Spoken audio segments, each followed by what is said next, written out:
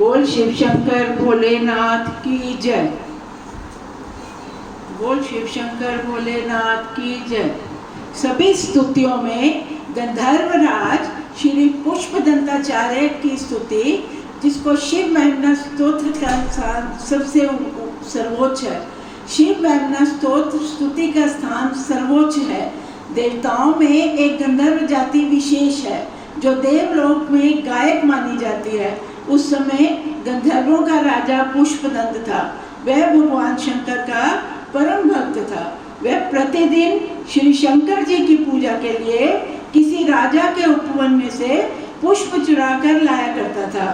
उधर राजा जिसके बाग में से जिसके अद्भुत बाग में विभिन्न प्रकार के फूलों का सुंदर बाग बनवाया था, जिसने उसके फूल चोरी होने लगे तो वो बहुत परेशान हो गया, क्योंकि अपने बाग के फूलों से वह भी शिव जी का पूजन किया करता था। जब उसको पुष्प नहीं मिले, बड़ा प्रयत्न करने पर भी उसको चोर का पता ही नहीं चला, क्योंकि पुष्पदंत के बाद अदृश्य होने की शक्ति थी।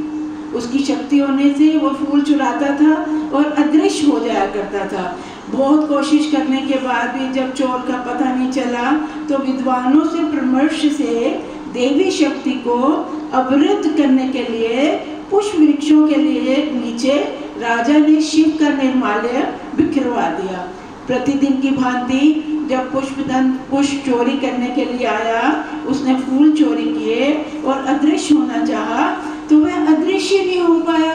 उसको बहुत हैरानगी हुई, क्योंकि जब अदृश्य नहीं हुआ और उसकी अदृश्य होने की शक्ति खत्म हो गई, नष्ट हो गई, तो जब उसने ध्यान लगा के देखा तो उसने देखा कि मेरी तो दिव्य शक्ति ही नष्ट हो चुकी है।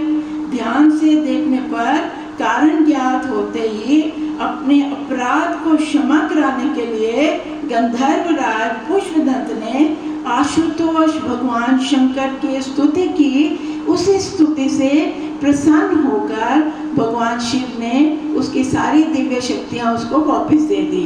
इसी पुष्पदंत की स्तुति को ही श्री शिव महिमा स्तोत्र का नाम दिया गया, जो आज सदियों से गाई चली जा रही है और सब स्तुतियों में इसका स्थान सर्वोच्च है। अब मैं शिव महिमा स्तोत्र का, जो शिव महिमा स्तोत्र है, उसके अर्थों के बारे में बताऊंगी कि उसके भाव क्या हैं। एक एक जो उसका श्लोक है उसका मतलब क्या है, ताकि हम श्लोक तो पढ़ते हैं लेकिन समझ आना चाहिए कि इस श्लोक में किस तरह भगवान शिव की स्तुति की गई। तो मैं एक एक श्लोक पढ़ के उसके बाद उसकी व्याख्या, जिसके अर्थ मेरे गुरु जी की इस पुस्तक में दिए हुए हैं, उसी को मैंने अपने अल्प बुद्धि के हिसाब से व्याख्या करने की प्रयत्न किया है। अगर किसी श्लोक में या किसी के अर्थ में किसी तरह की कोई गलती हो जाए तो उसके लिए मेरे को क्षमा कीजिए। जितनी मेरे पास बुद्धि है मैंने उसी अल्प बुद्धि के हिसाब से व्याख्या करने का प्रयत्न किया है। श्लोक नंबर श्री पुष्पदंतोवाच। पहला श्लोक। महिम्ना पारम ते परम विदुषो यत सदृशी स्तुतिर्त ब्रह्मादि नामपि तद्वसन्नाथोय गिरा अथा वाचा सर्वा स्वमति परिणामावधिग्रहं ममापेश स्तोत्रे हर निरपवादा परिकरा। अविद्या उससे उत्पन्न होने वाले दुखों को हरने वाले महादेव, जबकि ब्रह्मा आदि देवों की स्तुति भी आपके निर्गुण और अनंत गुण युक्त स्वरूप के लिए पर्याप्त नहीं है, तो आपकी महिमा की अंतिम सीमा तक न जानने वाले मुझ जैसे द्वारा की गई स्तुति अगर आपके स्वरूप के अनुरूप ना हुई हो तो इसमें कोई आश्चर्य की बात नहीं है। यदि अपनी बुद्धि के अनुसार स्तुति करते हुए सभी निर्दोष हैं, तब तो आपके गुणगान रूप इस स्तुति के विषय में मेरा भी ये प्रयत्न निर्दोष ही माना जाएगा। अपनी बुद्धि के अनुसार की गई परमेश्वर की स्तुति सदैव निर्दोष मानी जाती है, क्योंकि परमेश्वर के अनंत गुणों को कोई पूर्ण रूप से न जान सकता है और ना वाणी उसको कह सकती है। श्लोक नंबर 2। अतीता पंथानं तव च महिमा मनस्यो तद्व्यावृत्यायं जगतमभिदत्ते श्रुतिरपि सदस्य तोतव्या कतिविध गुणा कस्य विषया पदे तरवाचीने पतित नामना कस्य नावचा। हे हरे, आपकी महिमा वाणी और मन से परे है, क्योंकि आपके निर्गुण या अनंत गुण युक्त आपके ऐश्वर्य आदि को वेद भी भय और विस्मय युक्त हुआ कहते हैं। उनको भी इसके बारे में बड़ा विस्मय है और वो भी आपको नेति नेति कहते हैं। ये भी नहीं है, ये भी नहीं है। तो निर्गुण या सगुण सदाशिव कोई स्तुति का विषय है?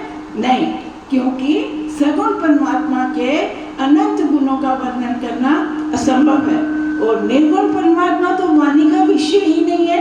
भक्तों के ऊपर कृपा करके धारण किए हुए आपके सगुण साकार स्वरूप में किसका मन प्रवृत्त नहीं होता, किसकी वाणी परवश हुई स्तुति नहीं करने लग जाती। भक्त आपके साकार स्वरूप को देखते ही आपकी स्तुति व स्वरूप का गुणगान करने लग जाते हैं। ये आपके भक्तों का आपके प्रति पूजा भाव ही है। श्लोक नंबर 3, मधुस्वीता वाचा परमम् अमृतम निर्मित बतस तव ब्रह्मा किं वागपि सुरगुरो विस्मय पदम ममात्वे त्वान्वाणी गुणकथन पुण्येन भवता पुनामी अर्थस्मिन् पुरमथन बुद्धिर व्यवस्था। हे ब्रह्म स्वरूप महादेव, शहद से सनी हुई अत्यंत सुमधुर अमृत में वेद वाणी के निर्माण करने आपको क्या देवगुरु बृहस्पति की वाणी भी आश्चर्य में डाल सकती है? फिर भी हमारे जैसों की क्या गिनती है जब आपको बृहस्पति जी की वाणी भी आश्चर्य में डाल देती है, तो हम जैसों की क्या गिनती है।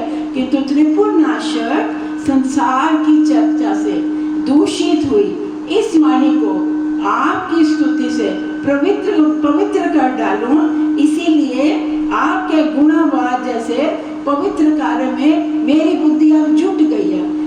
हमारी प्रार्थना प्रयोजन परमेश्वर, हमारी प्रार्थना का प्रयोजन परमेश्वर को बहलाना नहीं है, परंतु हमारी प्रार्थना से हम अपने अपवित्र वाणी को पवित्र करते हैं। श्लोक नंबर 4, तवैश्वर्यं यत्तद्युदे रक्षा प्रलयकृत त्रयी वस्तु व्यस्तम त्रिषु गुण भिन्नाशु तनुषु अभव्या नामस्मिन् वरद रमणीयामरमणि विहंतुम व्याघ्रोषि विदधते के जड़दिदा।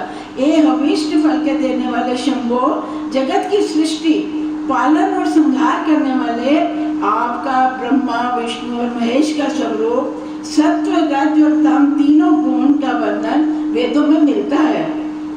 उसे खंडन करने के लिए कुछ जड़ बुद्धि वाले नास्तिक लोग कपोल कल्पित बातें आपके स्वरूप के विषय में करते रहते हैं। इससे उनको संतुष्टि मिलती है, पर वे यथार्थ या सच्चाई को झुठला नहीं सकते। ये उनका एक असफल प्रयत्न ही होता है। श्लोक नंबर 5, किमिहा किम काया सकलु किम पाया त्रिभुवन किमाधारो धाता सृजति किम पादान इति अतर्कैश्वर्यं त्वनयवनवसर दुस्तो हत दिया कुतर्कोयं कास्य मुखरति मोहाय जगता।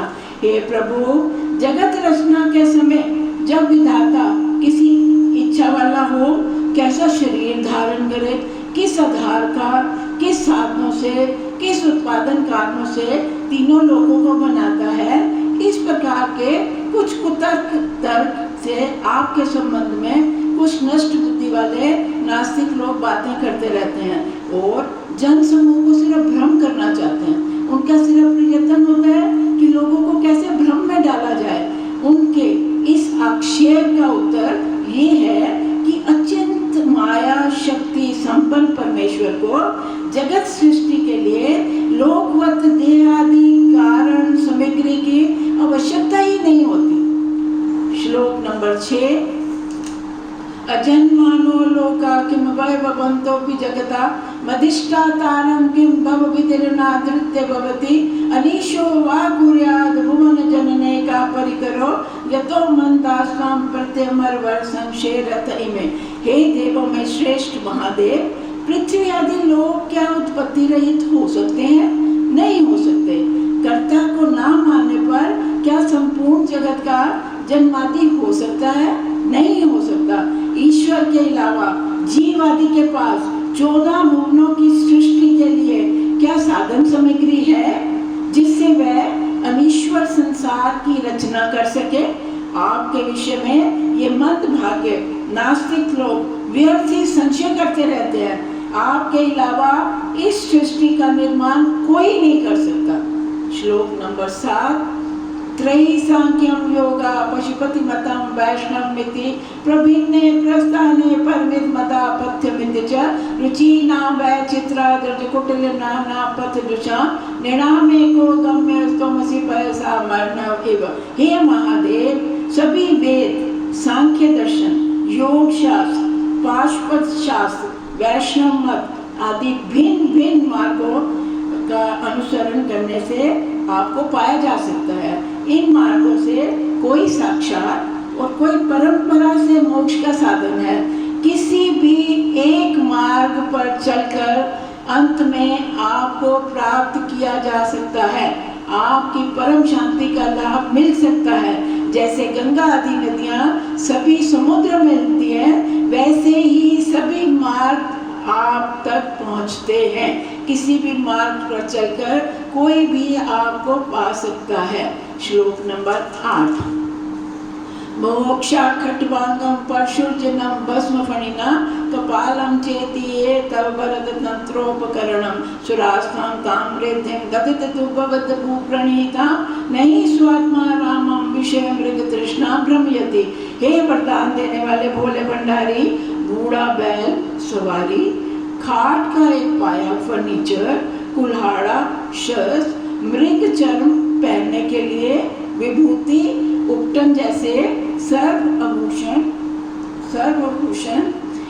और मनुष्य की खोपड़ी, बस आपके पास शरीर निवाह और परिवार पोषण के लिए बस यही साधन है। जबकि आपकी कृपा से इंद्र आदि देव और पुण्य आत्मा जीव दिव्य ऐश्वर्य का भोग कर रहे हैं। इससे यह स्पष्ट होता है कि अपने ही स्वरूप में रमन करने वाले को भोग्य वस्तु की मृग तृष्णा मोह में नहीं डाल सकती। जो अंतरात्मा में है उसको किसी भोग की कोई मोह नहीं हो सकता, उसको कोई आवश्यकता नहीं है। श्लोक नंबर 9, ध्रुव काचित् सर्वं तकलम परस्त ध्रुवमिदं परो ध्रुवा ध्रुवे जगति गदति व्यस्त विषये समस्ते पे तस्मै पुरमथनतः विस्मृतेव स्तुविंचि हेमि नाम त्वामन खलु दृष्टा मुखरता।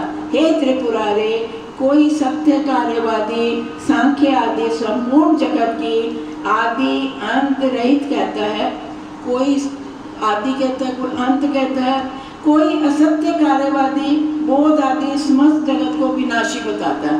कोई कहता है विनाशी है, कोई कहता है नाशवान है। संपूर्ण जगत के भिन्न भिन्न विषयों में नित्यत्व और अनित्यत्व कहता है। परस्पर विरोध मतों को और ध्यान न देकर निर्लज की भांति उन्हीं वादों के द्वारा आपकी स्तुति करता हुआ मैं नहीं लजाता हूँ। निश्चय ही वाचलता अत्यंत ढीठ होती है, कृपा मुझे क्षमा कर दें। श्लोक नंबर 10, तवैश्वर्यं यत्ना तदुपरि विरंचि हरिरदा परिचेतुं याता वनलमनल सकंद वपुषा ततो भक्ति श्रद्धा वर गुरु गृहभ्यां गिरिशय स्वयं तस्ते ताभ्यां तव किमनुवृत्त न फलति। हे हिमालय में समाधिस्थ शंकर, आपके तेज पुंज के समान ज्योतिर्मय आकृति वाले आपके ऐश्वर्य का जब अंत जानने के लिए यत्न पूर्वक ऊपर से लोक पितामह ब्रह्मा जी और नीचे से विष्णु समर्थ के अनुसार गए, किंतु वो आपका अंत नहीं पा सके। उसके बाद भक्ति श्रद्धा से परिपूर्ण होकर प्रार्थना करने वाले उन दोनों ब्रह्मा और विष्णु जी ने आपके सामने आपने स्वयं को प्रकट कर दिया और अपने ऐश्वर्य का बोध करा दिया। हे प्रभु, शरणागतों द्वारा की गई आपकी सेवा क्या फल नहीं देती है? अवश्य देती है। अभिमान पूर्वक प्रयत्न करने से ब्रह्मा और विष्णु जी ने जैसे किया, परमेश्वर की महिमा को नहीं जान सके। अभिमान त्याग कर जब अनन्य भाव से आपकी शरण में आ गए तो आप कृपा करके अपनी महिमा से स्वयं ही अपना स्वरूप प्रकट कर देते हो। श्लोक नंबर 11, अयत्नादा पादा त्रिभुवनम वैरव्यतिकरम दशास्यो यद्बाहु नवृत रणकंडो परवशान शिरा पद्म श्रेणी रथ चरणा भोरबले सितराया स्वाद बनते त्रिपुरारवे स्वर्जितम। हे त्रिपुरासुर के नाशक, रावण ने जो तीनों लोगों को शत्रुहीन बनाकर सब पर विजय पाकर युद्ध की खुजलाहट के वशीभूत होकर 20 भुजाओं को धारण किया और उसमें अटूट बल पाया। वो अटूट बल किसने दिया? प्रभु, ये सब तो आपके प्रति रावण की भक्ति का एक प्रभाव था।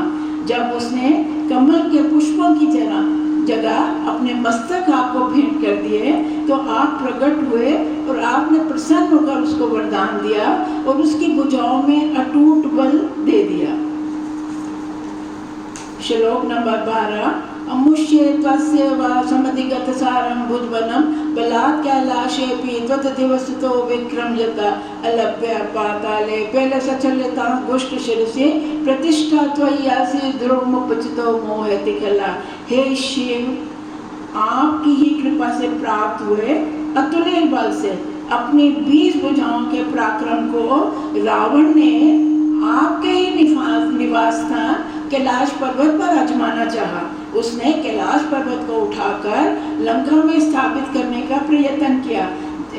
जैसे ही उसने कैलाश पर्वत को उठाया तो भयभीत पार्वती जी की प्रार्थना से आपने अपने अंगूठे के अग्रभाग से थोड़ा सा पर्वत को हिला दिया, जिससे रावण सीधा पाताल में जाके गिरा और उसको वहां भी स्थान नहीं मिला। ठीक ही कहते हैं, ऐश्वर्य युक्त दुष्ट पुरुष अवश्य मोह में पड़ जाता है और अपना विवेक ही खो देता है। श्लोक नंबर 13। यदि त्रिं सूत्रामणो वरद परमोचैरपि सति मदश्चक्रे बाणा पर्जन विधेय त्रिभुवन न तश्चित्रं तस्मिन् वरिवसितरीतो चरणयो न कस्यां नयते भवति शिरस त्वयवनति। हे अभीष्ट वर के देने वाले, आपके चरणों में सेवा भाव के अधीन हुए बाणासुर के लिए तीनों भुवनों को दास बना लेना और अत्यंत बड़ी हुई देवराज इंद्र की संपत्ति को भी नीचे दिखा देना कोई आश्चर्यमय नहीं है, आश्चर्यमय नहीं था, क्योंकि आपके समस्त मस्तक को झुकाना सभी प्रकार की उन्नति और समृद्धि का कारण होता है। अर्थात जिसने आपके सामने मस्तक झुका दिया उसे सभी प्रकार की सुख समृद्धि उन्नति मिलती ही है। श्लोक नंबर 14। अकांड ब्रह्मांड चकित देवासुर कृपा विधेयस्यासीद त्रिनयन विषम संहतवता सकल माशा कंठे तव न कुरुते न श्रीमहो विकारोपि श्राद्धो भुवन भय भंग व्यसनीना। हे सूर्य, चंद्र और अग्नि नेत्र वाले, ब्रह्मांड का नाश की संभावना से डरे हुए देव और दानव पर कृपा करके आपने हलाल विष का पान कर लिया। विष पान करने से आपके कंठ में काला दाग पड़ गया। वह क्या आपकी शोभा को बढ़ाता नहीं है? नहीं, आपकी शोभा को बढ़ाता है। ब्रह्मांड को बचाने के लिए आपने विष पान किया और आपके गले में पड़ी कालिमा आपकी शोभा को बढ़ाती है, इसीलिए आपको नीलकंठ का नाम दिया, जो कि एक प्रशंसा का सूचक है। संसार का अच्छा काम करने से अगर किसी को कोई विकार भी आ जाता है तो वो पूजनीय ही होता है। श्लोक 15। असिद्धार्था नैव क्वचिदपि सदेवासुर नरे निर्वर्तन्ते नित्यं जगति जैनो यस्य विशिखा सपश्यानीश त्वामितरुसुर साधारणमभो स्मर्तव्यात्मानैव शिशुपत्या परिभवा। हे सर्वश्वर, जिस विश्व विजय कामदेव के तीक्ष्ण देव दानव मानव के विश्व भर में कहीं भी सदा सर्वदा कार्य सिद्ध किए बिना वापिस नहीं आते, कार्य सिद्ध करके आते हैं। अर्थात कामदेव के वार से कोई भी बच नहीं सकता। आपकी शक्ति को आजमाने के लिए आपको दूसरे देवताओं की तरह ही समझकर उसने आपको अन्य देवों के समान देखता हुआ केवल समृद्धि का ही विषय रह गया और वो नष्ट हो गया। आपने उसको क्षण भर में भस्म कर दिया। ठीक ही कहा है, जितेंद्रिय किसी भी पुरुष का निरादर हितकर नहीं होता, और आप जैसे जितेंद्रियों के मुकुटमणि उसका तिरस्कार करके वह कैसे बच सकता था? श्लोक नंबर 16 महिपादाघातात् वजति सहसा संक्षेपणम पदम विष्णु ब्राह्मे भुज परिग्रहण मोहोद्रोद्रोस्तम यत निवृत्त जटा ताड़ित तटा जगत रक्षाय नटसि ननुवामेव विबुधा। हे नटराज, आप जब जगत की रक्षा के लिए तांडव नृत्य करते हैं तो आश्चर्य है। परमेश्वर की व्यापकता कभी कभी इतनी प्रतिकूल भी होती है। आपके पद की चोट से पृथ्वी अपना अंत समीप देखती है। भगवान विष्णु का लोक अंतरिक्ष को घुमाते हुआ परिधाकार भुजाओं की थपेड़ों से टूटते हुए नक्षत्र वाला अर्थात संदिग्ध दिखता है। खुली हुई जटा की चोट से तड़ित किनारी वाला स्वर्ग भी बारंबार दुरवस्था को प्राप्त हो जाता है। आपकी व्यापकता लोकों में विपरीत स्थिति पैदा कर देती है। श्लोक नंबर 17 वियत व्यापी तारा गणगुणित फेनोद्गम रुचि प्रवाहो वारम्या वृषल लघु दृष्टा शिरसिते जगद्वीपाकारं जलदिवलयं तेन कृतमित् तनेनेवो नेयं दितमयं दिव्यं तव वपु। हे गंगाधर, संपूर्ण आकाश में व्याप्त तारागणों के प्रतिबिंब में बढ़ती हुई फेन कांति वाली गंगा जल प्रवाह का प्रभाव आपके मस्तक छोटे छोटे कण बिंदुओं की तरह दिखता है। लेकिन उन्हीं जल के छोटे छोटे कणों में जब आपकी जटा से गंगा का प्रवाह निकलता है, वो कई द्वीपों का निर्माण कर देता है। इसी से स्पष्ट है कि आपका शरीर दिव्य एवं महिमा को धारण करने वाला है, ऐसा अनुमान कर लेना चाहिए। श्लोक 18 रथा शोणी अंता शततिरगेन्द्रो धनुरथो रथांगे चंद्राको रथ चरण पाणी शरिति दिगशोस्ते कोयम त्रिपुर तृणमाडंबर विदे क्रीडन्त्यो न खलु परतंत्र प्रपुदिया। हे शंभो, त्रिपुरासुर को मारने के लिए आपने पृथ्वी को रथ, ब्रह्मा जी को रथवाहक, सुमेरु पर्वत को धनुष, सूर्य चंद्रमा को रथ के पहिए और चक्रपाणी विष्णु को बाण बनाया। प्रभु, त्रिपुरासुर जैसे तिनके को जलाने के लिए आपको इतना बड़ा आडंबर रचने की क्या आवश्यकता थी? बिल्कुल आवश्यकता नहीं थी। निश्चय ही स्वाधीन दासों के साथ खेल खेलने वाले परमेश्वर के संकल्प पराधीन नहीं होते। ये सब आपने अपनी शक्तियों का खेल किया, अर्थात एक लीला ही की। श्लोक नंबर 19 हरिस्ते शास्त्रम कमल बलि मध्याय पदयो यदेको ने तस्मिन् निज मुदहरण नेत्र कमलम गतो भक्ति उद्रेका परिणति मसो चक्र वपुषा त्रयाणाम रक्षाय त्रिपुर हर जागृति जगता। हे त्रिपुरनाशक भगवान विष्णु, आपके चरणों में सहस्र कमल के पुष्पों से प्रतिदिन आपके चरणों में भेंट करते थे और आपका पूजा करते थे। आपने विष्णु जी के प्रति अपनी दृढ़ भक्ति की परीक्षा लेने के लिए एक कमल का पुष्प कम कर दिया। जब एक कमल का पुष्प कम हुआ पाया तो विष्णु जी ने कमल के समान नेत्र को उखाड़कर आपको भेंट चढ़ा दिया। वही उनका आपके प्रति भक्ति का अवेग सुदर्शन चक्र रूप परिणाम को प्राप्त हुआ और विष्णु भगवान जी के हाथ में वही नेत्र कमल सुदर्शन चक्र बनकर तीनों लोगों की आज भी रक्षा करता है। श्लोक नंबर 20 क्रतो सुप्ते जागृत तमसि फल योगे कृतमतां कर्म प्रदस्वं फलति पुरुषाराधन मृते अतस्वं संप्रेक्षे क्रतुषु फलदान प्रतिभुवं श्रुतो श्रद्धा बद्वा दृढ़ पड़ गया कर्म सुजना। हे शंकर, यज्ञ आदि सत्कर्म करने वाले को यज्ञ को समाप्त होने पर फल के साथ संबंध करने वाले आप सदा जागते रहते हो, क्योंकि सर्वथा नष्ट हुआ जड़ यज्ञ आदि कर्म चेतन परमात्मा की आराधना के बिना कोई फल देने वाला नहीं है। इसीलिए यज्ञ आदि कर्मों का फल देने के लिए चेतन परमात्मा आपको साक्षी रूप में आपको ये अच्छी तरह जानकर जजमान वेद वचनों में विश्वास कर दृढ़ता के साथ वेद कर्मों में लग जाता है, क्योंकि वेद कर्मों से प्रसन्न होकर शंकर ही उसे फल देते हैं, अर्थात सभी यज्ञ कर्मों को आप ही फल दाता है। श्लोक नंबर 21। क्रिया दक्षो दक्षा कतपतिरधि शस्त्रनवृता ऋषीणाम आत्मविद्यम शरणद सदस्या सुरगुणा क्रतो वंशस्तत्वा क्रतु फल विधान व्यसनिनो द्रोम कर्तु श्रद्धा विदुरम अभिचाराय हिमका।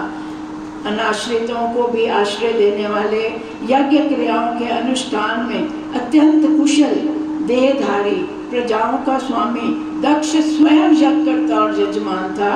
उसके यज्ञ में त्रिकालदर्शी भृगु आदि ऋषिगण, यज्ञ अनुष्ठान करने के पुरोहित, ब्रह्मा आदि देव वहाँ सदस्य और दर्शक थे।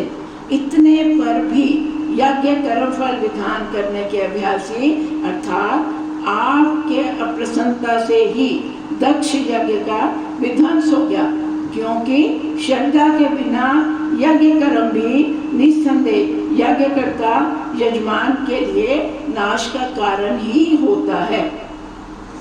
श्लोक नंबर 22। प्रजानाथम नाथम प्रसभवम अभिकम स्वाम दुहितरम गतम रोहित भूतम निर्मय शुभ्रश्यस्य वपुषा धनुष्पाणे यार्थम देवमपि सपत्रा कृतममो त्रसंतम तेद्यापि तजति न मृगवा गर्भसा। हे सर्व निवाय प्रभु, अपनी सगी कन्या संध्या के प्रति रमण करने की इच्छा से गए कामवश ब्रह्मा जी को आपने पाठ पढ़ाया। जब कन्या के साथ पिता का अनुचित व्यवहार समझकर लज्जा से वह मृगी का रूप धारण करने के पीछे, ब्रह्मा जी भी मृग का रूप धारण करके उसके पीछे पीछे दौड़ने लगे, तो आपने उनकी खबर लेने के लिए कुशल शिकारी की भांति हाथ में धनुष लेकर गए। आपके बाण के डर से मृगशिरा नक्षत्र रूप से अंतरिक्ष से कूदे हुए ब्रह्मा जी को आज भी नहीं छोड़ा। आपके बाण ने मृगशिरा नक्षत्र रूप से अंतरिक्ष से कूदे हुए ब्रह्मा जी को आज भी नहीं छोड़ा, अर्थात आज भी वह बाण आर्द्रा नक्षत्र बनकर मृगशिरा नक्षत्र ब्रह्मा जी का पीछा कर रहा है। आज भी दोनों नक्षत्रों में सन्निधान विद्यमान है। श्लोक नंबर 23। स्वालवण्या शंसादृत धनुषमन्नाय तृणवत् पुराकृष्टं दृष्ट्वा पुरमथन पुष्पायुधमपि यदि स्त्रीणं देवी यं निरददेहार्धघटना दवैति त्वामर्दावत वरदमुक्ता युवतया। हे उमाकांत, जगदम्बा पार्वती के सौंदर्य द्वारा शिव जी को जीत लेने की आशा से धनुष धारण करने वाले कामदेव को शीत सूखे तिनके की तरह जले हुए देखकर भी पार्वती जी को क्या ध्यान आता है कि शिव जी के मैं वाम भाग में हूँ, शिव जी का आधा हिस्सा मेरा है और शिव जी ने मेरे को वाम भाग में बिठाया। पार्वती ऐसा ही समझती हैं। तो हे व्रत, ये युक्त है, क्योंकि प्रायः स्त्रियां बेसमझ होती हैं और अपनी सुंदरता पर ही मुग्ध होते हैं। शिव के वाम भाग में उमा को बैठाने का कारण को यदि आपको पार्वती जी ये समझती हैं कि उन पर मुग्ध हो गया और अपने शरीर का आधा हिस्सा बना लिया, तो ये ठीक नहीं है। उन्होंने तो आपने तो कामदेव को पल में भस्म कर दिया। श्लोक नंबर 24। शमशाने श्वाक्रीड़ा स्मरण पिशाचा सहचरा चिता भस्माने उपाश्रगपिन करोटी परिकरा अमंगल्यम शीलम तब भवतु नाम एवं अखिलम तथापि स्मृतीनाम वरद परमम मंगलमसि। हे कामनाशक, शमशानों में सानंद खेलना, भूत प्रेत सदा साथी संगी, चिता में जले मुर्दों का भस्म राग, मनुष्यों की खोपड़ियों से बनी हुई माला तथा गज चर्म आदि वस्त्र संपूर्ण चरित्र आपके मंगलजनक भले ही हैं, फिर भी हे मन से फल देने वाले शंभो, स्मरण करने वाले भक्तों के लिए तो आप सदा मंगल रूप हो, आप ही मंगल करते हो अपने भक्तों का। श्लोक 25। मना प्रत्यक्ष चित्ता सविधिमवधाया तमरुता प्रयश्येत रोमाणा प्रमद सलिलो संगीत दिशा जदालोक्याह्लादं हृदयेन मज्जामृतमये ददस्वं जस्तत्वं किमपि यमिनस्तत् किल भवान्। हे सच्चिदानंद स्वरूप, शास्त्रों को विधि पूर्वक प्राणायाम से प्राण गति को वश करने वाले और मनोवृत्ति को अंतरात्मा में समाहित कर जब योगी जन किसी भी सच्चिदानंद स्वरूप को प्रत्यक्ष अनुभव कर रोमांचित दे आनंद व अश्रुओं से नेत्र वाले अमृत सरोवर में निमग्न हो जाते हैं, अनंत स्वरूप सुख को धारण करते हैं। वह ब्रह्म तत्व श्रुति प्रसिद्धि आप ही हो, जिसको देखकर योगी जन मस्त हो जाते हैं कि सच्चिदानंद स्वरूप का दर्शन हुए, उनके सारी तपस्या सफल होगी। वो आप ही हो, वो जो ब्रह्म तत्व जिनकी वो दर्शन करते हैं वो आप ही हो। श्लोक 26। तमर्कस्थम सोमस्तमसि पवनस्तम बुद्धवस् त्वां पस्थम व्योम गमने धरणीरात्मा त्वमिति च परिच्छिन्नामेवं त्वयि परिणिता विव्रतुगिरं न विद्मस्तत्त्वं वयमितु यत्त्वं न भवति। हे महादेव, सूर्य चंद्रमा वायु अग्नि जल आकाश पृथ्वी आत्मा सब आप ही हो। इस प्रकार अष्टमूर्तियों के प्रतिपादक विद्वान लोग आपके विषय में ही भले ही बोलते रहे, किंतु हम तो संसार में उस वस्तु को नहीं जानते जिसमें आप नहीं हो। श्लोक नंबर 27।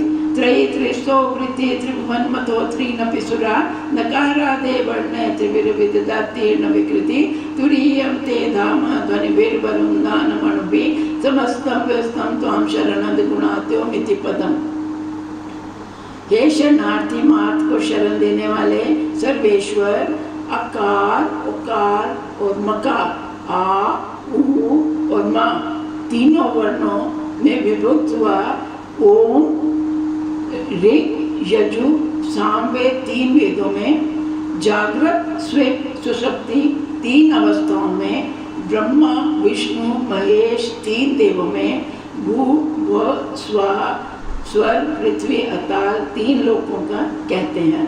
अब अविभक्त ओम क्या कहता है?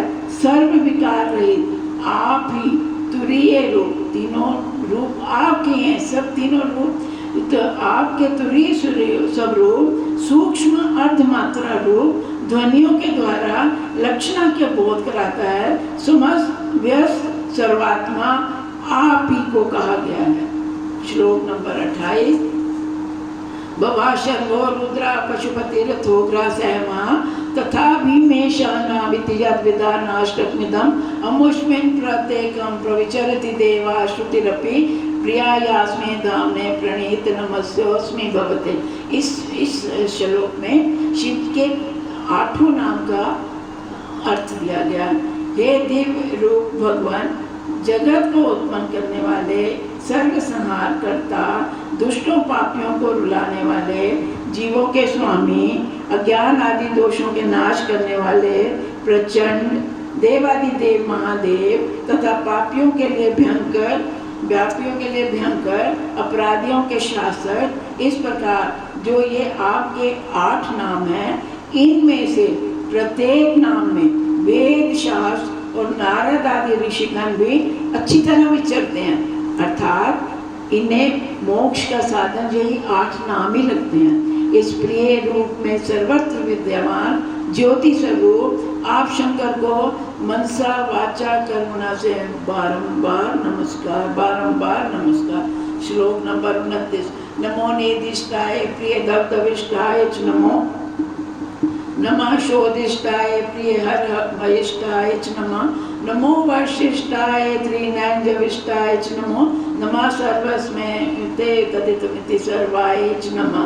हे निर्जन एकांत प्रिय भगवान, ज्ञानियों की दृष्टि से अत्यंत समीप, अज्ञानियों की दृष्टि से बहुत दूर आपको नमस्कार है, नमस्कार है। हे कामदेव नाशक, सूक्ष्म से अति सूक्ष्म और महान से अति महान, आपको बार बार नमस्कार है। हे सूर्य आदि तीनों नेत्रों वाले, वृद्ध कालातीत और तरुण से भी अधिक तरुण, आपको पुनः पुनः नमस्कार है। हे सर्व आत्मरूप, आपको नमस्कार है। विशेष क्या कहें, परोक्ष अपरोक्ष संपूर्ण प्रपंच से परे असंग निर्विकार स्वरूप, आपको अनेकानेक नमस्कार है, अनेकानेक नमस्कार है। श्लोक नंबर 30। बर्लर्षते विश्वो तपतो भवाय नमो नमः, प्रबलतम से तत्संहारे हराय नमो नमः, जन सुकृते सबको दिक्तो मृडाय नमो नमः, ब्रह्मसि पदे मिश्रे गुणे शिवाय नमो नमः। चराचर विश्व की उत्पत्ति के लिए रजोगुण प्रधान आपके ब्रह्मा नाम के प्रसिद्ध भव रूप को बार बार नमस्कार है। सभी जीवों को सुख देने वाले सत्व गुण प्रधान विष्णु स्वरूप को नमस्कार है। तमोगुण प्रधान संहारक रुद्र रूप को भूयो भूयो नमस्कार है तथा त्रिगुणातीत अविद्या आदि लेश रहित पूर्ण प्रकाश नित्य मुक्त स्वरूप शिव जी को पुनः पुनः नमस्कार। श्लोक नंबर 31। कृष्ण परिणति चेता क्लेश वश्यम चक्रेदम क्वचता पूर्णसीमो लंघनी शश्वदिति इति चकित मंदे कृत्य मां भक्ति राधा द्वरद चरण योस्ते वाक्य पुष्पोपहारम।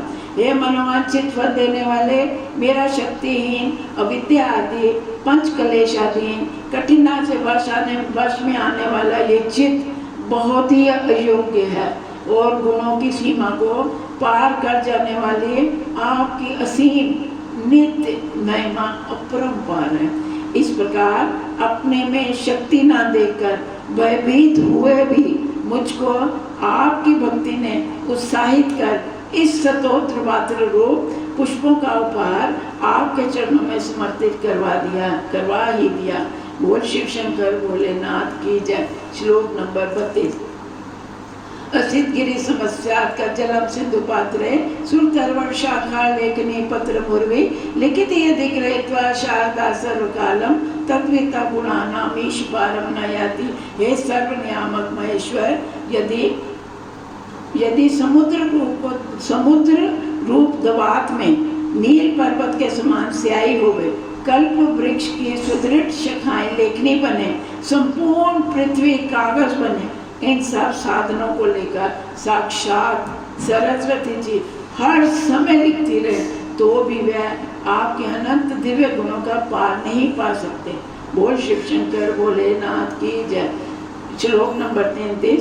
असुर सर्वनेन्द्र रचित सिंधु मूले ग्रथति गुणमय नो निर्गुण से सकल गुण वरिष्ठा पुष्पदंता विधानो रुचिर मल गोविते सूत्र में चकारे। हे देव दानव मुनियों द्वारा पूजित निर्गुण भगवान चंद्रशेखर, आप सभी गुणों से युक्त हैं। इस मनोहर शिव महिमा स्तोत्र को सभी गंधर्वों का राजा पुष्पदंत नामक गंधर्व ने बड़े छंदों से बनाया अर्थात आपकी स्तुति की। श्लोक नंबर 34। अहर्णवद्यम दूर्जटे स्तोत्रमेत पठति परम भक्त्या शुद्ध चित्ता पुमान्या सबभक्ति शिवलोके रुद्रतुल्य स्तात्र प्रचुर तर्धनायो पुत्रवान कीर्तिमाचा। जो भी शुद्ध अंतःकरण से प्रेम से विशाल जटाधारी शंकर के दोष रहित पवित्र इस स्तोत्र का पाठ पढ़ता या सुनता है, वह मनुष्य लोक में अधिकाधिक आयु और धन से युक्त हो, पुत्र आदि कुटुंब वाला और यशस्वी होता है और मरने के बाद शिवलोक कैलाश धाम में शंकर के सदृश ही महिमा युक्त होता है। श्लोक नंबर 35। आज श्लोक दीक्षा दानम तपस्तीर्थम ज्ञानम याकादिका क्रिया महम स्वपाठ से कलाम नार्ति षोडशी। व्रत आदि की दीक्षा, गो धन आदि का दान देना, तप तीर्थाटन करने से, यज्ञ आदि करने से, शास्त्रों अनुसार देवों की उपासना करने से, शिव महिमा स्तोत्र के पाठ को 16वीं कला से भी युक्त नहीं है। अतः सब कर्मों, सब शुभ कर्मों का जो फल है वो उससे कहीं ज्यादा इस स्तोत्र का पाठ करने का फल है। इस स्तोत्र का पाठ का फल सभी कर्मों से अधिक माना गया है। श्लोक नंबर 36। आस्मात्मिदं स्तोत्रम पुण्यम गंधर्व भाषितम अनोप्यम मनोहारी शिवईश्वरम वर्ण्यम। पुष्पदंत गंधर्व द्वारा कहा गया ये पवित्र स्तोत्र समाप्ति पर्यंत अनुपम मनोहर कल्याण में महेश्वर की महिमा तथा स्वरूप वर्णात्मक है। श्लोक नंबर 37। महिषा ना परो देवो मैमनो ना परास्तुति अघोरा ना परो मंत्रो नास्ति तत्वं गुरो परम। शंकर से बढ़कर कोई देव नहीं है, शिव महिमना स्तोत्र से बढ़कर कोई स्तोत्र नहीं है, प्रणव मंत्र से बढ़कर कोई अन्य मंत्र नहीं है, और सदगुरु से बढ़कर कोई तत्व नहीं है। श्लोक नंबर 38। कुसुम दस नामा सर्व गंधर्व राजा शिशु शशिधर मोले देव देवस्य दासा सकल निज महमनो भ्रष्टे वाष्य रोषा स्तवन विद्यमान ऋषि दिव्य दिव्यम महमनो। जटा मुकुट में बालचंद्र को धारण करने वाले देवों के देव महादेव का दास पुष्पदंत नाम वाला सभी गंधर्वों का राजा शिव जी के कोल से अपनी शक्तियों व महिमा से च्युत हो गया, और उसी ने भगवान शंकर को प्रसन्न करने के लिए शंकर जी की महिमा की इस दिव्य से अति दिव्य इस स्तोत्र को बनाया। श्लोक नंबर 39। सूर्यवर्मणि पूज्यम स्वर्ग मोक्ष हेतु पठित यदि मनुष्य प्रांजलि ज्ञान चेता व्रजति शिव समीपम किन्नरेस्तु यमाना स्तवन विद्यमान मोद पुष्पदंता प्रणीता। बड़े बड़े देवता और मुनियों से भी प्रशंसनीय स्वर्ग व मोक्ष का प्रमुख साधन पुष्पदंत द्वारा रचित अश्वमेघ यज्ञ जैसा फल देने वाला इस स्तोत्र का यदि कोई मनुष्य अन्य वस्तु में चित्त न लगाकर तथा हाथ जोड़कर सुनता या पढ़ता है, वह निस्संदेह स्तूयमान होकर शिव संबंधी मुक्ति को प्राप्त हो सकता है। श्लोक नंबर 40। श्री पुष्पदंत मुख पंकज निर्गितेन स्तोत्रेण किल्बिषहरेण हरप्रेण कंठस्थेन पठितेन समाहितेन सुप्रीणितो भवति भूतपतिर्महेश। श्री पुष्पदंताचार्य के मुखारविंद से निकले हुए त्रिविध पाप नाशक शंकर जी को अधिक प्रिय इस स्तोत्र के एकाग्रचित हो कंठस्थ दैनिक पाठ करने से चराचर समस्त प्राणियों के रक्षक भगवान शंकर अत्यंत प्रसन्न हो जाते हैं। इस स्तोत्र को प्रतिदिन पढ़ने से भगवान शंकर अत्यंत प्रसन्न हो जाते हैं। श्लोक नंबर 41। इत्येषा वाङ्मयी पूजा श्रीमद् शंकर पादयो अर्पिता तेन देवेशा प्रियताम में सदाशिव।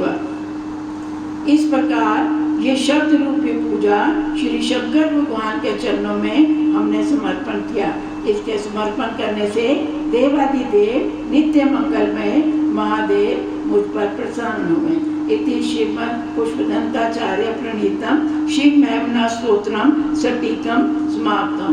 बोल शिव शंकर भोलेनाथ की जय, बोल पार्वती माता की सदाई जय, बोल शिव परिवार की जय। यदक्षरम पदम भ्रष्टम मात्राहीनम च यद् भवेत् तत्सर्वं क्षम्यतां देव प्रसीद परमेश्वरम। ये दिव्य संपन्न शिव जो अक्षर और पद अशुद्ध उच्चारण हुआ हो, हे परमेश्वर वह सब क्षमा करते हैं तथा आप प्रसन्न हो गए। हरि ओम पूर्णमदा पूर्णमिदं पूर्णात् पूर्णमुदच्यते पूर्णस्य पूर्णमादाय पूर्णमेवावशिष्यते। ओम शांति शांति शांति। ओम महादेव शिव शंकर शंभो उमाकांत हर त्रिपुरारे मृत्युंजय विश्वदगतशूल गंगाधर मृडमदनारे हर शिव शंकर गौरीशं वंदे गंगाधर्मीशं रुद्रं पशुपतिमीशानं कले काशीपुरीनाथं। जय शंभो शिव गौरी शंकर जय शंभो शिव गौरी शंकर जय शंभो। ओम महादेव शिव शंकर शंभो उमाकांत हर त्रिपुरारे मृत्युंजय विश्वदगतशूलिन गंगाधर मृडमदनारे हर शिव शंकर गौरीशं वंदे गंगाधर्मीशं रुद्रं पशुपतिमीशानं कले काशीपुरीनाथं। जय शंभो शिव गौरी शंकर जय शंभो शिव गौरी शंकर जय शंभो। ओम महादेव शिव शंकर शंभो उमाकांत हर त्रिपुरारे मृत्युंजय विश्वदगतशूलिन गंगाधर मृडमदनारे हर शिव शंकर गौरीशं वन्दे गङ्गाधर्मीशं रुद्रं पशुपतिमीशानं कले काशीपुरीनाथं जय शंभो शिव गौरी शंकर जय शंभो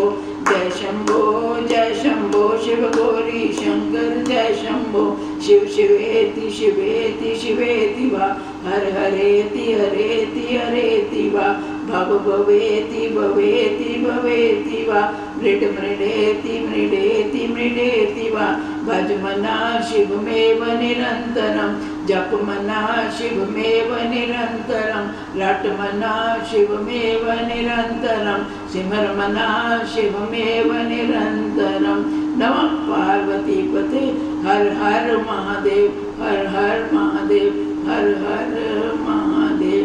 हे भगवान शिव शंकर बोले भंडारी कैलाश के वासी उमाकांत देवेश्वर विश्वेश्वर जगदीश्वर जगदाधार सच्चिदानंद सच्चिदानंद स्वरूप आपके चरणों में कोटि कोटि नमस्कार। पार्वती माँ आपके चरणों में कोटि कोटि नमस्कार। शिव परिवार आपके चरणों में कोटि कोटि हे भगवान किसी तरह के मंत्रोच्चारण या उसकी व्याख्या को मेरी अल्प बुद्धि ना समझ पाई और कहीं गलती हो गई हो तो उसके लिए वो क्षमा कीजिए। क्षमा करना। हरे नमः हरे नमः हरे नमः।